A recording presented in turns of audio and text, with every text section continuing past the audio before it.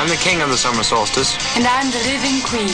Our message is this, that this is the beginning of summer solstice, and we're all here today to groove and have a beautiful time together, and that it's only the beginning. June 21st marks the beginning, and it will continue as long as people can get together and love each other and share things together and listen to music and have a beautiful time.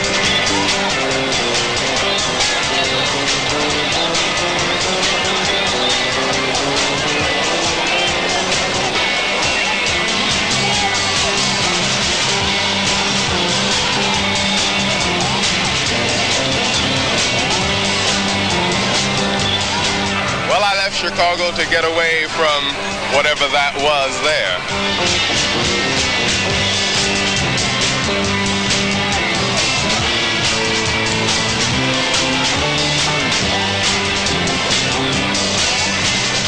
One of the reasons I started this in the first place was because my parents were both very neurotic, and I realized this because I went to a psychiatrist for 9 years. And at the later stages of analysis, I realized just how neurotic and ill and in a world of illusion. My parents were, and I decided that I was going to be the one in my family to stop it. It was going to stop with my generation, that I refused to pass this on to my children.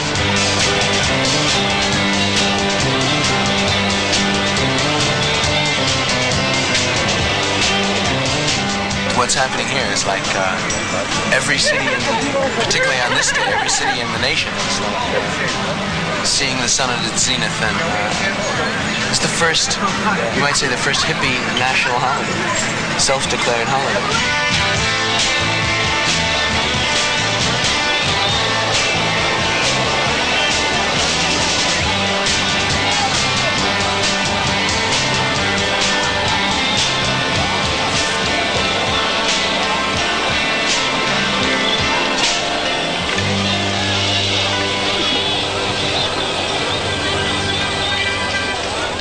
A digger is a person that they label, what you call it, beatnik, you dig?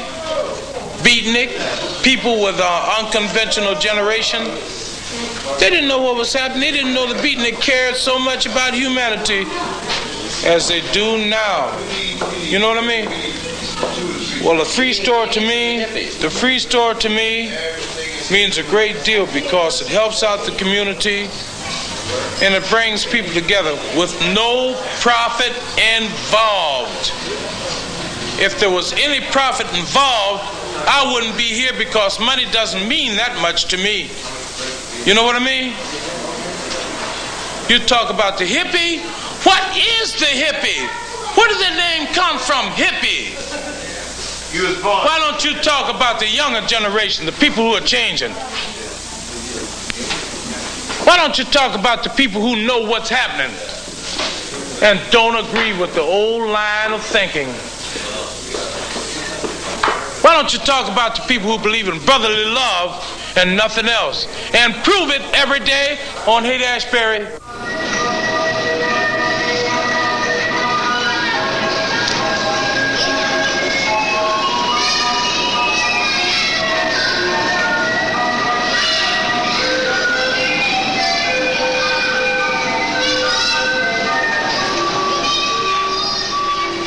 My name is Today Louise Malone. Age 20, height 5'3", weight 110, eyes blue, hair blonde. Education, graduated from Judson School, Scottsdale, Arizona. 1 semester, University of Arizona. 1 semester, Eastern New Mexico University. 6 months, secretarial school. Other training, Nancy Taylor modeling course. 1 year judo, taught self-defense at the University of Arizona. Acting experience, 2 years of dramatics, San Carlos High, San Carlos, California. 1 year drama club, Roswell High. 1 year theater group, Judson School. Plays, Bells Are Ringing, Wizard of Oz, No Time for Sergeants, etc. Also worked on and managed crews. Helped write and produce plays at Judson School. Various school skits, etc. Hobbies, reading, judo, music, dope, Haight-Ashbury, sewing, cooking, collecting fairy tale books.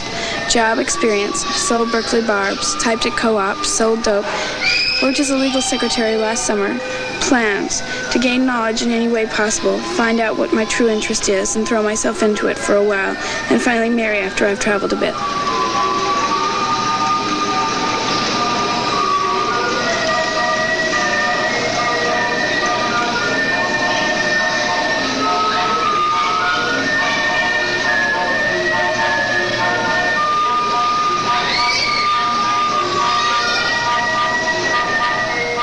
One of the first questions that they'll ask is, what do you do? And so I say, I live. And they say, no, I mean, do you work or what? And I say, no, I just live. And they say, well, you must do something, because their whole orientation is towards job, occupation. This is their whole life. Money and status. You tell them that you don't do anything and that you come to the park, and it's like they can't believe you, and they want to believe you so very much, and they look in your eyes and they can see that you believe what you're saying and you're telling them the truth. And they know that they can't make it, that they're 45 years old and they're all hung up in the mortgage payments and paying off the car and wives and kids and just endless circles of involvement. A lot of people say to me, what are you doing? You're not doing any work. You're not working at a job and making a big salary. But we're doing the hardest work in the world because we're growing, we're trying to change. And that's a lot harder than staying in the same rut and going along year after year, doing the same thing and thinking the same things and living the exact same way. I like living here because I get to do exactly what I want when I want. Like, if I want to run down the street and turn cartwheels, I do that. If I want to climb a tree, I do that. And if I want to freak out tourists, I do that. It's completely free. You have all these young kids coming from a very rich, affluent, middle-class society where they've been taken care of since they've been babies and never really had to do anything for themselves in a serious way, and now they come here and they want to be hippies and they still want to be taken care of. The kids that are coming here are also the most adventuresome of the lot of this generation. They want to strike out on their own. They want to see about life. They're very hungry for life, and not a plasticized, fantasized version that comes through their school and the suburban life, which is not very fulfilling to much of the human spirit. A kid often hits a commune, finds a place to live, coasts for a couple of days, and then catches on to the fact that it doesn't take very much, but it does take some effort to keep the thing going, to keep all his friends and himself alive. People are pouring into the scene so fast that it's very difficult to turn them all on, because what you're trying to turn them on to is freedom. That if everyone is free, if everyone really has the room to do their thing, something really fine will come out of it. But in learning how to do your thing, you make mistakes. You can really just fuck everything up. And this is the danger of, like 100,000 people coming to San Francisco this summer. Maybe there'll be street riots, which is not good. Maybe we'll have that sort of problem.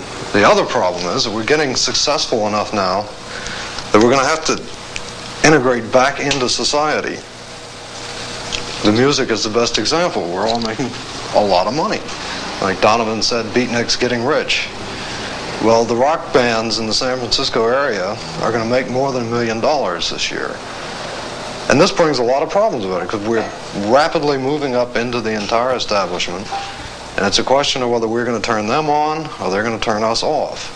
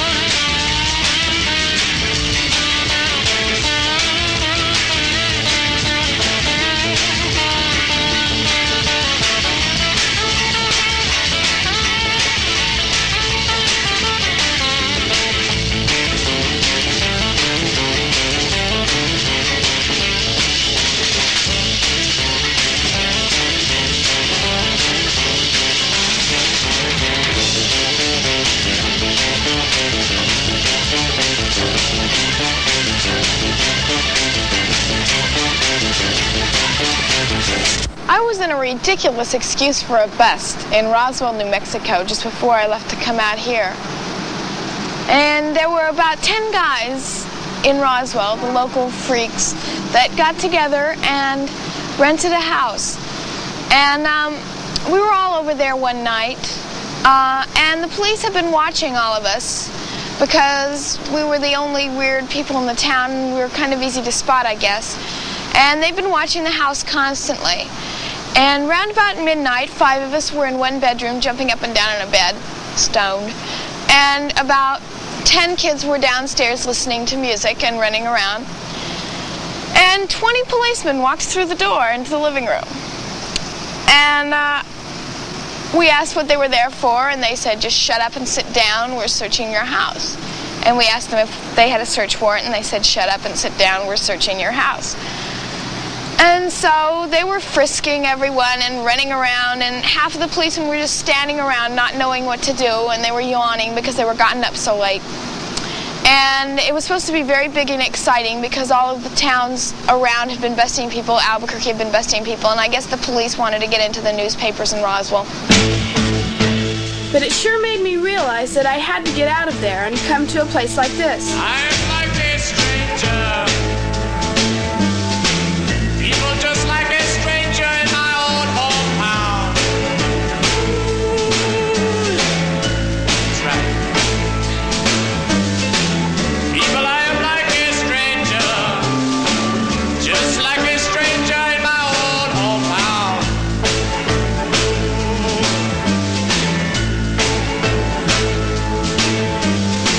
Some folks that I have known since my childhood, oh, you know they just don't seem to want me around. Don't you know?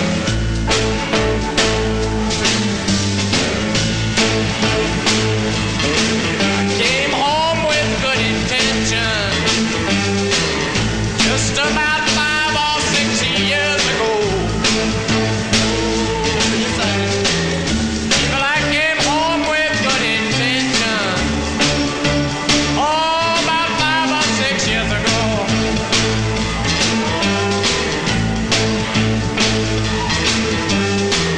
And you know my hometown won't accept me. Oh, yes, and I just don't feel welcome around there no more.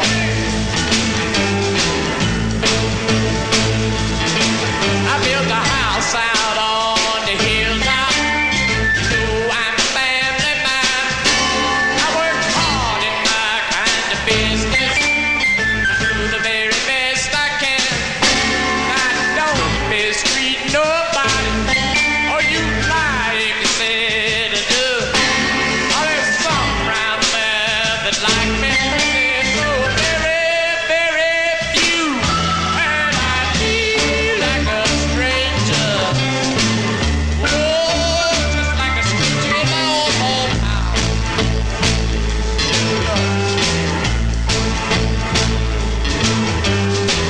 You know my so-called friends stop being friendly.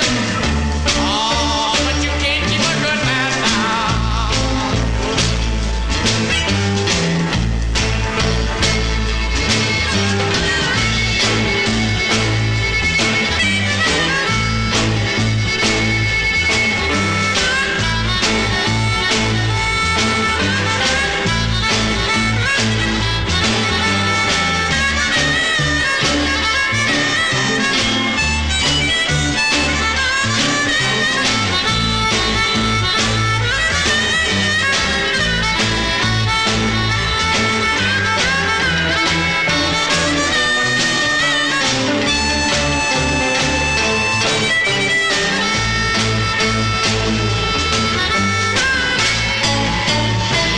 And I feel like a stranger. Oh, people just like a stranger in my old hometown.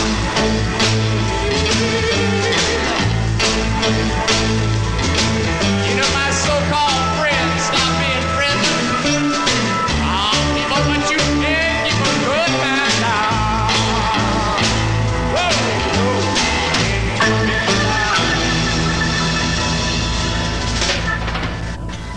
We have a group of young people from upper middle class families who have moved into a physical environment that is in effect a reversion from the kind of environment in which they live to one that goes back, let's say, 3 or 4 generations. They're living in gross insanitary conditions with a great deal of overcrowding. There is a very high incidence of infectious hepatitis by reason of their use of drugs and the using of unsterile needles. About 1/4 or 1/5 of our total caseload in the venereal disease clinics appear to be hippies. Now, I'm going on the appearance solely. And we have one case history in which a young chap has been into the clinic 12 times in 3 months with 12 different cases of gonorrhea. Well, what the kids are really here for is pretty difficult for me to evaluate. They're given a sense of values by their parents and by society generally, and they find out that none of us live quite up to those values. So I think one of the things that they're here for is to find out some kind of a satisfaction of a personal philosophy as to just exactly why they are here, why they're here on Earth, so to speak. Most of us have gone through this process and find it by a process of trial and error. The only thing that I think bothers me is that their trial and error has to be associated so often with mind-altering drugs of various kinds, beginning, of course, with pot. Barb, they're soaked in LSD. You roll them up and smoke them and they'll get you high. They're 20 cents.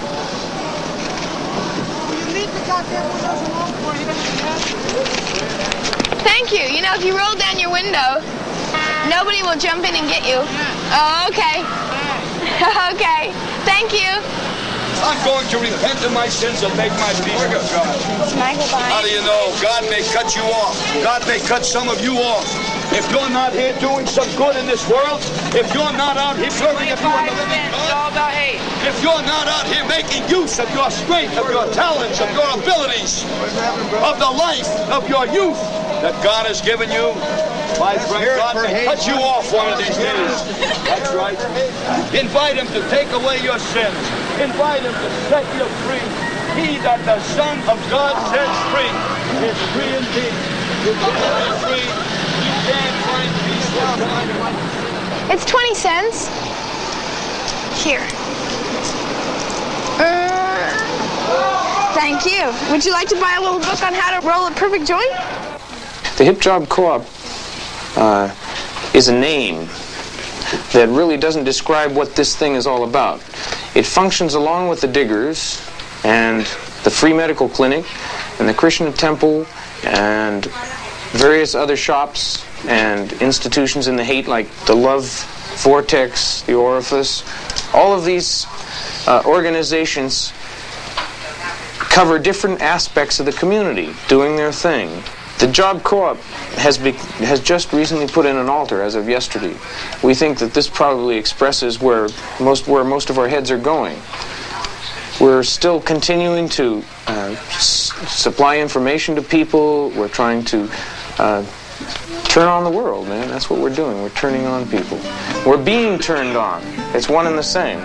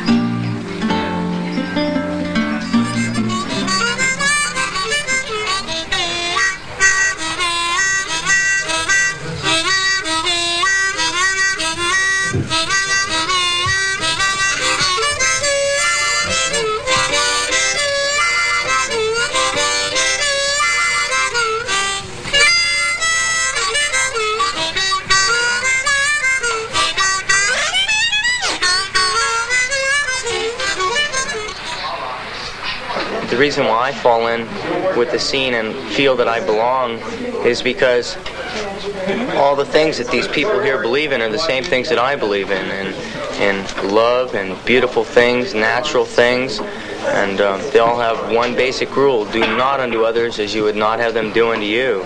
So I still can't understand why so many people out there keep pointing the finger and saying, you people are wrong, you people are wrong, you people are wrong, or we're giving you the love, we're giving you the love, where the people don't realize that before you can spread love around to anybody else, you've first got to find it in yourself.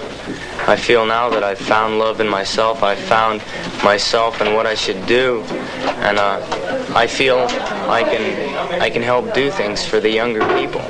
Not much with words, but just by being myself, I'm doing my part. My husband thinks I'm very narrow-minded, and some people I probably am, but my opinion of them is that some of their viewpoints are all right, but as a whole, I think that they're dirty, and I don't think that they have to. I don't think that they have to live this way in order to do the things that they want. I think they ought to have certain standards that they should live up to, and I think this is important in our society. I have friends who take an LSD, and they're rather evangelistic about it. Sounds like something I would like to do. If I had a 15-year-old daughter, I guess I would want to be more sure than I am now that, before she took it, it would be all right. Well, yeah, because there are so many other things that characterize the hippies, like the love of colors and form and an aesthetic sensitivity that hasn't been part of any other youthful rebellion. I just feel that they're young, growing children trying to express themselves, trying to learn who they are, where they are, what their identity is. And I respect them. I have a few criticisms. When they will move into a community, for example, and say, take the facilities that the old staid taxpayers have paid for and ask to use them gratis. Then I say, no. Then you have to grow up and pay for these facilities that you're asking to use. I wrote an article called Guerrilla Theater, in which we talk about getting people from the community who are dropouts, who dislike the society, the old left, the new left, the psychedelic left, junkies, ex-junkies, winos, dropouts, psychotics, people who are really disenchanted with what happens. They join us. They help us do shows. There's a whole non-commercial underground across the country. Not underground. I mean, everybody profits off the underground at this point. It's very open, because this is like a middle-class country. But the dropouts, the hippies, and the beatniks, and the professional dropouts, that is, we work hard, we're professional dropouts. Dropouts from middle-class ideology, success ideology. We not only criticize it, but we live it. We do it. Different than you who watch and understand the hippie scene, who understand the avant-garde. The difference is the avant-garde does it. The new person is not one who simply says it's a bad society, but proves it by his actions. It's a great difference. Great difference from a critic of the society, which are the liberals' critics like Noam Chomsky and other people who make films, etc. Criticize the society, but don't do it. The difference is we do it. We live it all the time. We'll continue living it. We survive, we work hard, we also eat less than most other people, we demand less. We don't spend $1,500 on furniture. We don't buy a stage for $3,000, we pay about $500 for it. Pay our actors $5 a performance. You can live on $25 a week. That's assuming you're doing something you're interested in and something that's valuable. If you're not doing anything that's interesting, then you got to get a lot of money, Mac. You got to make a fortune to keep a boring job or to support a war in Vietnam that's evil, that's murderous. So we struggle in our own humble way to destroy the United States. Like that! It's true! Oh, Favorilo! So? Join the army!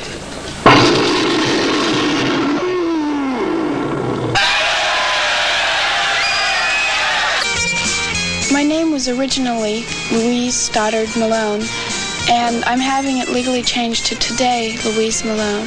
The name came about when I was sitting in the drugstore cafe, and a girl named Monday, who I had never met, smiled, and we started talking, and she gave me some Osley acid, and we started talking to another guy, Don, and we gave him some acid, and we started running around, and we decided that we didn't like my name, and we wanted to change it.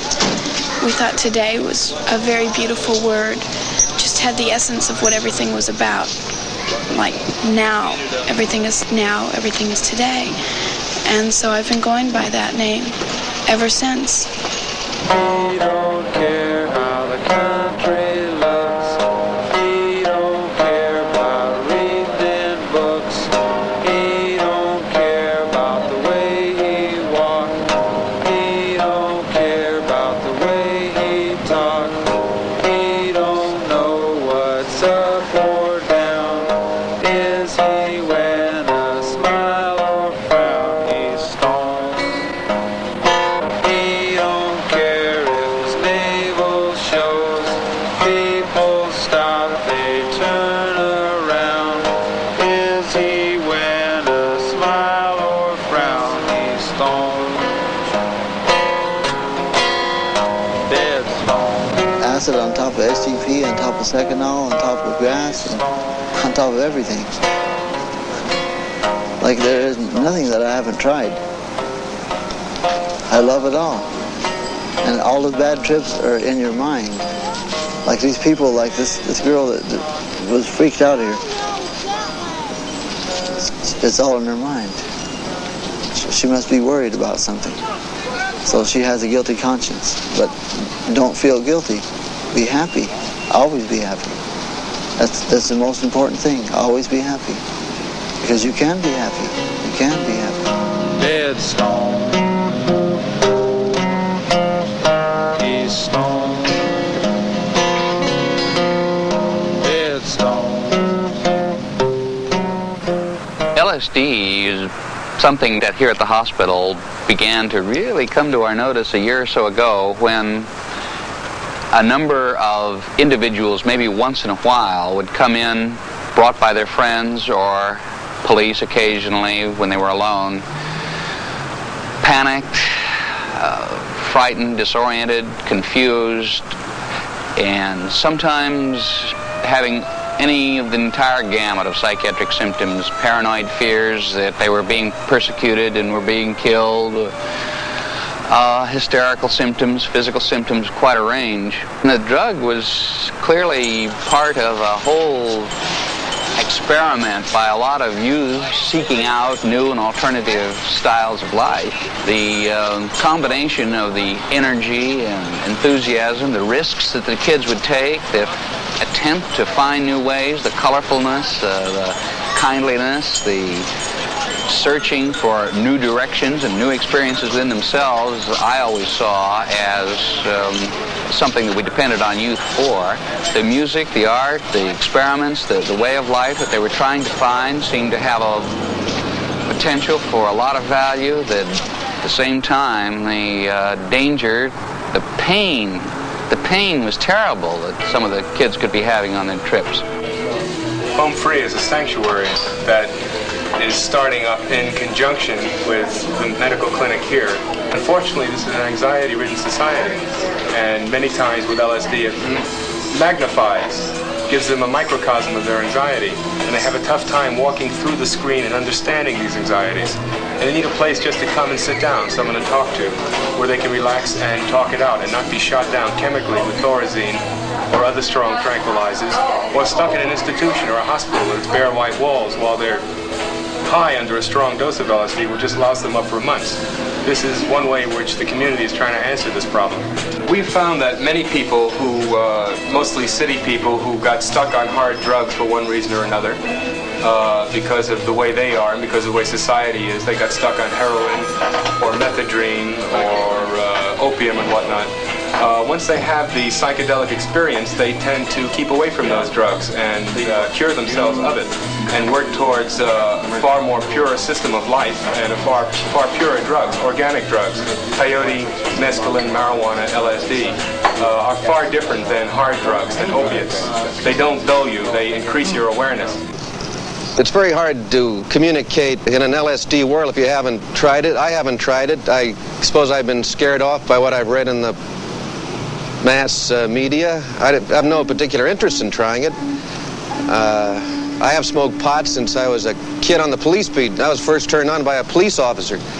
The sergeant who was head of the narcotics detail. I went on a raid with him when I was 17 years old. We picked up a lot of pot, heroin. It was a big arrest. And we picked up the cigarettes and said, well, kid, you're going to try this sooner or later. You better try it under good auspices. You better try it with a cop. So we both lit up, the sergeant and I. And that was my first try. I found it pleasant, not particularly exciting. Maybe because I was surrounded by the fuzz while I was smoking it. I've taken acid about 23 times, and it has changed me, I think, for the best, in that it's made me more perceptive, more sensitive to the world around me, to people, to colors, to just beauty. And when I'm on an acid trip, everything is more intensified. I'll see wild, moving, colorful patterns, and I am much more sensitive to the colors that make up colors. And everything seems very much alive, very much full of energy, and very, very beautiful. You stay in an energy, so you dive in the stream and you get your energy, and you fill your body with energy, you fill your consciousness with energy. If you keep into that stream, you'll have to depolarize yourself.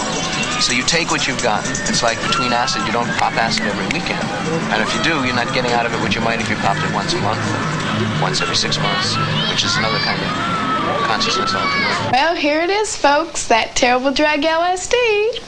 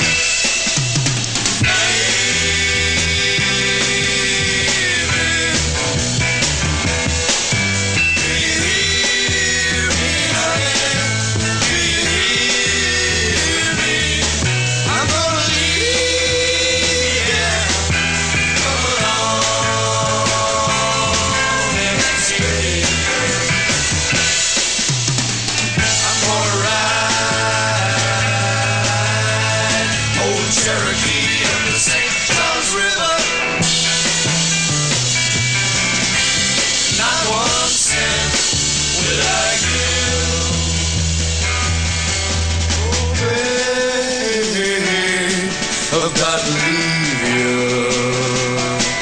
Oh, you know,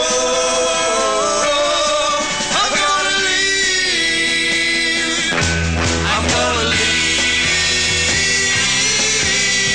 baby. When summertime comes around.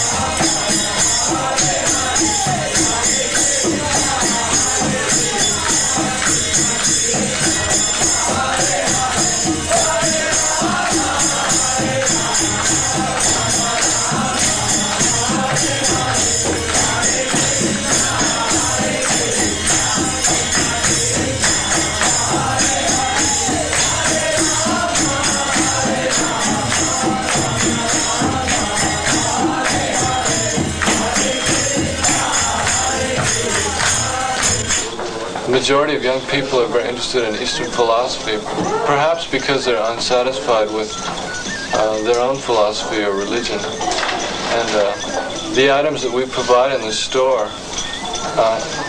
help to encourage that kind of thing. And also help to stimulate our deep consciousness to the fact that these things are here. They've been here for years, for thousands of years, and now we can enjoy them. We can get hung up looking at them and tripping out into fantasy about them and use them to decorate our own places. And in this condition, we could then, say, wow, look what we've been missing. We haven't been shown these things. You can sit here and look at Tibetan calendars, or to door decorations, or to lamps, and feel how old they are in their uses, and to be functional with them, and then to look out of yourself, and then back into yourself, and maybe find an answer for something. No one could find every answer. The uptight culture has defined God and put him in a box. So when we do something as clergymen in terms of the uptight culture or in terms of the youth culture, the chief of police comes and shakes his finger at me and says, if you don't protect God's law, we will. And they mean it, buddy. They've got guns, and they're busting people, and they're busting the humans in San Francisco, and they think that they are the spokesman for an uptight world's God. Well, you see, one of the important things is why I'm not uptight with the new community is because they got soul, you see. And you see, we know there's a commonness among us. We know what we go through, don't we? Yeah, sure. Therefore, I don't have to be uptight, and they don't have to be uptight because we understand each other. No, but listen, and we act. Wait just a minute, baby. Part of the thing is also, I've had my mind blown a long time, but in a different way, you see? And then all of a sudden there comes a community along who says, look, baby, I'm going to identify with you. Yeah. I'm going to be with you. Right. Yeah, I'm going to starve with you. And I'm going to live in poverty with you. And I'm going to suffer at the clunks of the Billy Club, and I'm going to be with you. Now all of a sudden, the most important thing, all this brotherhood jazz we've been talking about in church, all of a sudden, it's here. It's here. Yeah. It's like now. Man, I was praying with you cats. You were praying on my head. I have a real feeling for the hippies, and let me tell you this, because I can compare myself in 4 areas, and if I started to describe myself in these 4 areas, and I asked the question, well, what am I or who am I like, the answer would be a real hippie girl. Let me put it this way. There are 4 things that the hippies do that I do. First of all, many of them change their names. True? Yes. Many of them change their names. I have done that. I have changed my name. In the second place, they change their conventional garb. I share that experience with them too, because the kind of clothing that I wear is a statement to the rest of the world that I don't think this is the most important thing in life, that there are other things that are more important, and that they can perhaps be done in a particular kind of dress. In other words, when I go abroad in my religious habit, I'm saying something, just as you hippie girls, when you go abroad, you're saying something too in your conventional clothing. Many hippies, most of them I'm sure, are looking for some kind of communal living. They want that sense of community. I have that in my religious family. We all love each other so much We have a house. We have a home.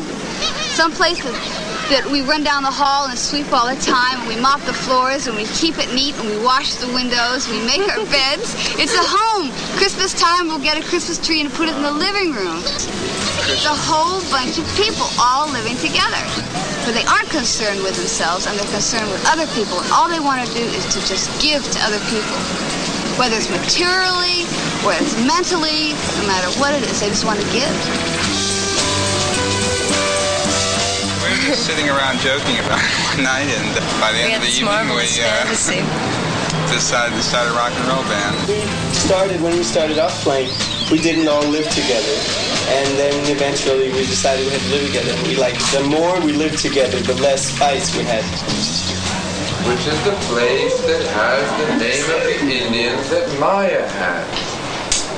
Maya also means illusion. Don't we know? If we had to say it, we can recall her. Play for a farm. Find out what's happening. Yeah. They locked me lights in a closet. We have it.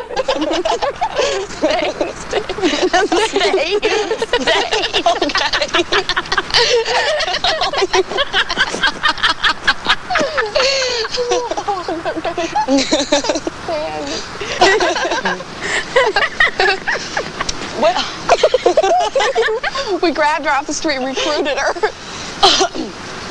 That's not true. I grabbed you guys off the street.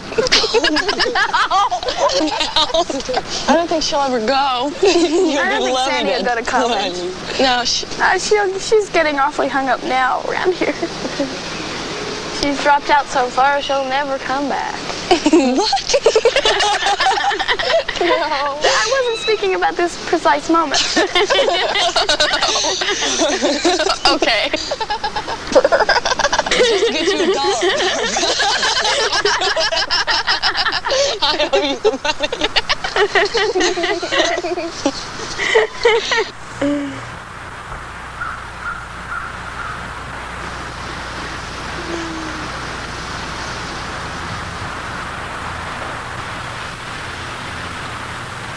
I think the hippies should be allowed to live the way they want to live. Well, they're people. Are they so different than you and I, really? It makes no difference whether they're different or Steve, not. had I the means, and had I not the ties that I do... You and I would be hippies, right? Listen, I would, but Eli, I wear those clothes. They're clean people. They're up. They're up. The beatniks were down. They're doing what they want to do. They're living the way they want to live, and we should leave them alone. You and I couldn't be hippies, Eli. I couldn't take off my... I'm a hippie in my heart. But you're not a hippie, Eli. I am right because now. I love people. I love my neighbor more than myself, and that's their whole philosophy. I agree with you. Their philosophy, they love... It's Christian. They're against, it's so Christian. It's they share. It's beautiful, but you and I can't live that way.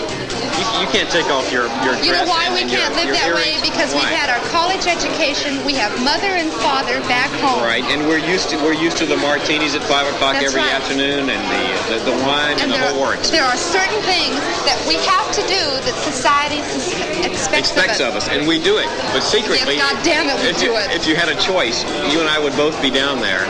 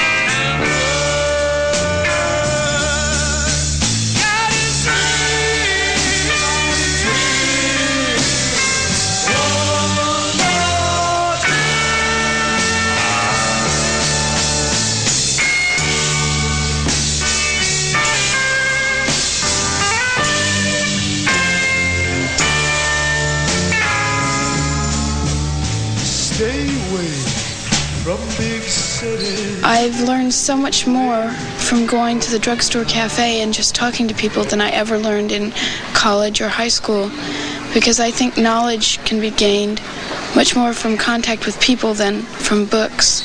And the drugstore is really a good place to do this. People just go in and order coffee and sit down and rap and talk to each other and learn. The problem is, though, now that they've started charging a 50-cent minimum after 6 o'clock in the afternoon, it is kind of a hassle because sometimes you don't have 50 cents, but it's just in keeping with the rest of Haight Street, which is getting so commercial anyway. But it's one of the few nice places left that you can go and just see your friends. Handmade hippie dope pipe. Weird. Too much, brother. Sure. I got some funny pipes here, man. Look at that one. Get a righteous toke on it. That's my favorite one, though, man. Sure. For love, brother. So big it takes at least 2 people to smoke it, man. Right. Gets a righteous toke, too. Look at this one. I made that in the park yesterday. Sure.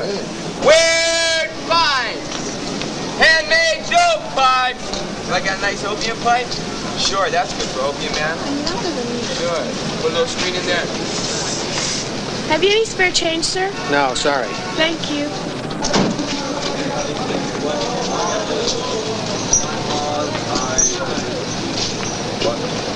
Clean it up. Do you have any spare change? Do I have any spare change? Yeah.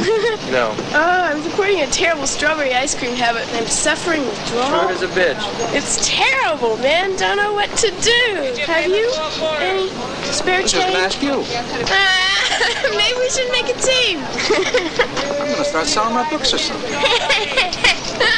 Have you any spare change? Just got it for my last line. Have you any spare change? Oh, no, man, I'm just splitting town.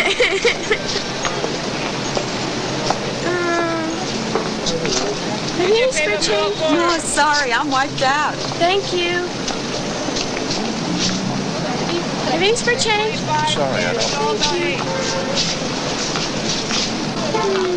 Do you? Wouldn't by any chance have any spare change? No, I don't. Thanks anyway. Spare change? Nope. Any spare change?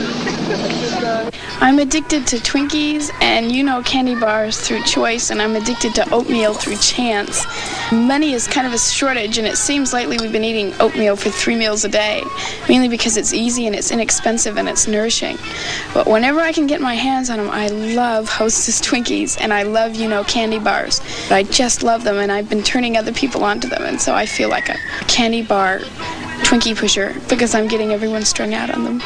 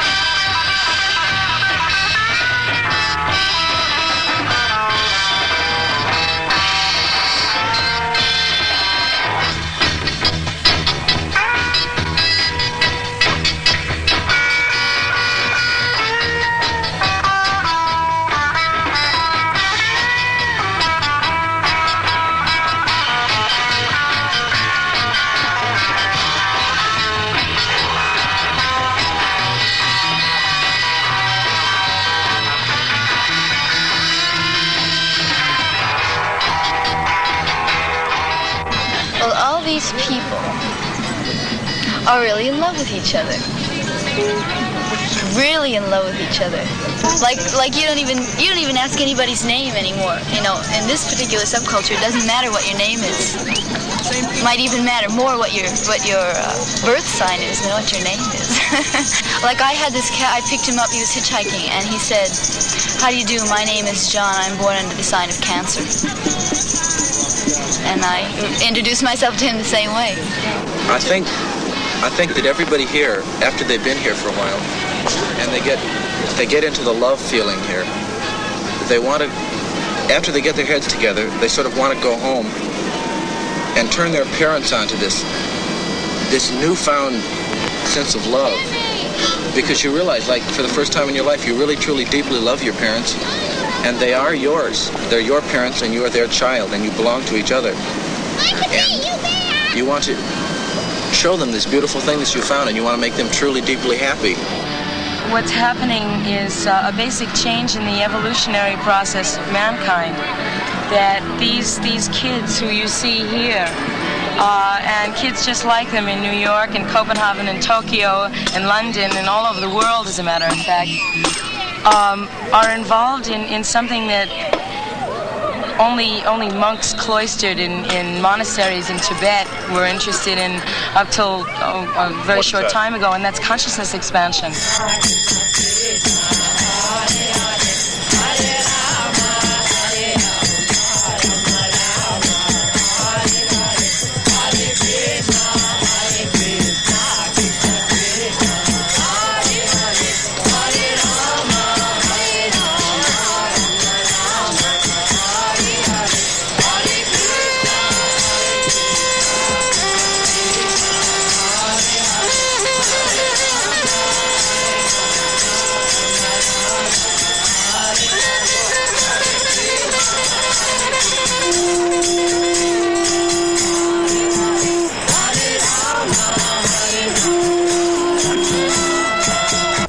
Well, some people say that the police are acting as censors today, that they're dictating the morals of the people or attempting to dictate the morals of the people, and that actually they should be concerned with the hardcore criminal and the hardcore crime. You have to take into consideration that basic to many of the problems that we are confronted with today is a breakdown in moral and spiritual values, and in this cynical day and age, you're not supposed to talk about those things. You're antiquated and you belong to an age that's past when you do this. The Sexual Freedom League is an organization based on the philosophy that any sexual act between two consenting adults should be legal and that people should be uninhibited in their sexual expression. In San Francisco, our parties are limited to couples only. And the reason for this is there's still a double standard about men are free to do these things, but women may be criticized if they're sexually free. So if you had a party without couples only, you'd have all these single men showing up and freaking all the women out. So they limit the parties to couples only. However, you don't have to be a heterosexual couple. A homosexual couple, either male or female, is welcome at a party. The Sexual Freedom League is not necessarily for swingers, because swingers are independent. Swingers organize their own parties with people that they know and people that they like. It's that personal contact that counts. Yeah, but swinging usually involves the group of people from 3 up to 10 or a large party.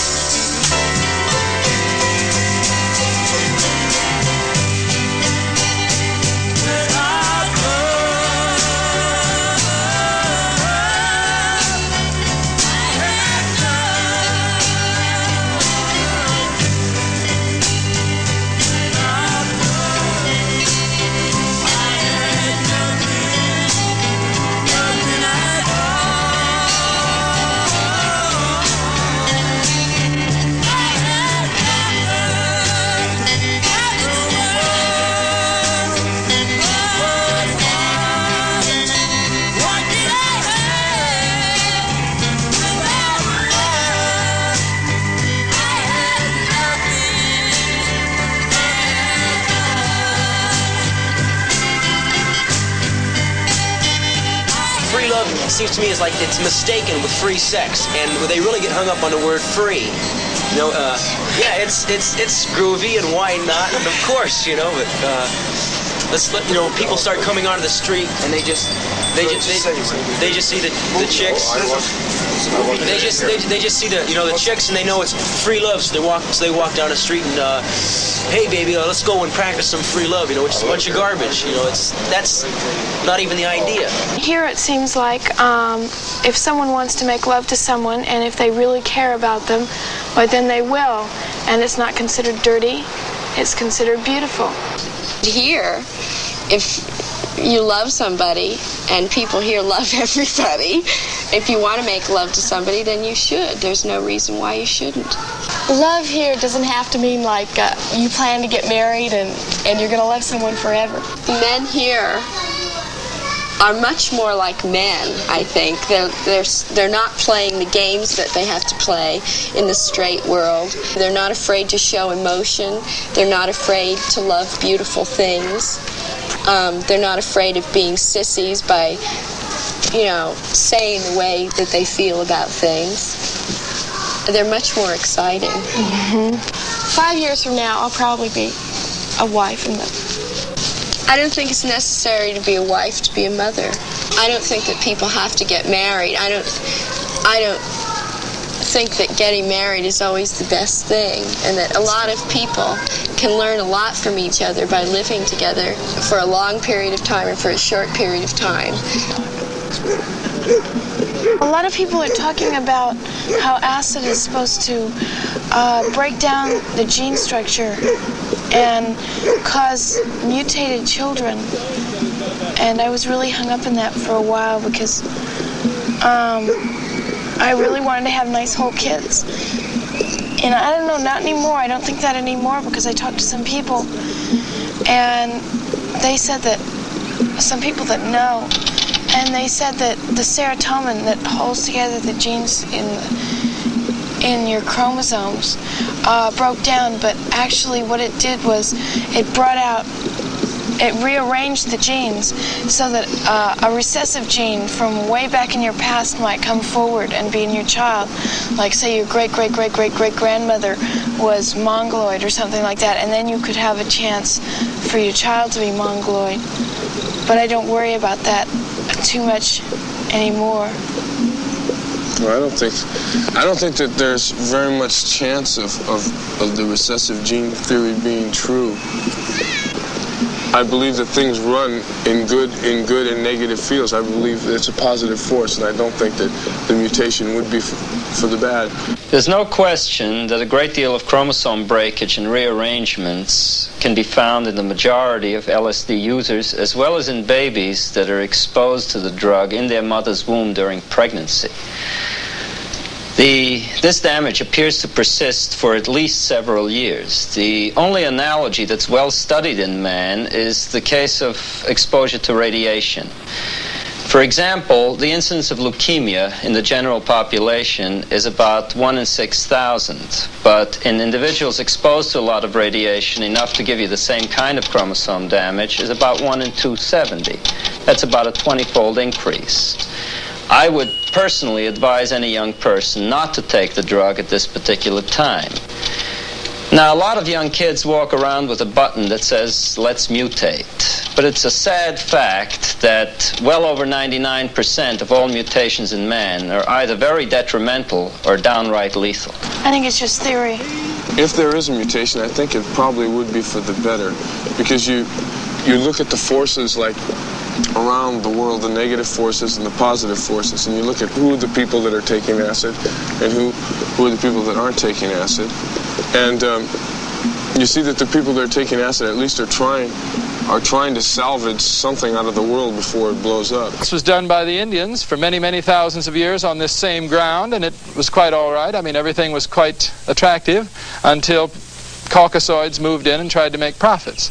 So I would say that what we're doing here is a kind of pilot study in one facet, if you will, of the life that is going to be in this country. We are also enlisting the aid of the University of California, particularly the School of Architecture, to help design Morning Star. It's amazing, the diversity. Many, of course, are attracted to work in the garden. As I said, many are interested in constructing their own homes. And many, I think, need to learn to do nothing. That's something I'd like to learn how to do, because it's possible to be enlightened in any kind of activity as a karma yogi. LSD is no doubt something that has entered the world as a facet of the divine, and it should be used to reveal the divine. It's no accident that it entered the world at roughly the same time that nuclear fission did. And there's no doubt that anyone who denies himself the opportunity of the consciousness expansion that is available, perhaps it is pseudo, perhaps it is some kind of chemical substitute, but it is definitely a very accurate reproduction of the mystic transport that St. Teresa, St. John of the Cross, everybody has written about. So I think if one denies themselves that particular adventure of consciousness in the 20th century, you're simply a fool.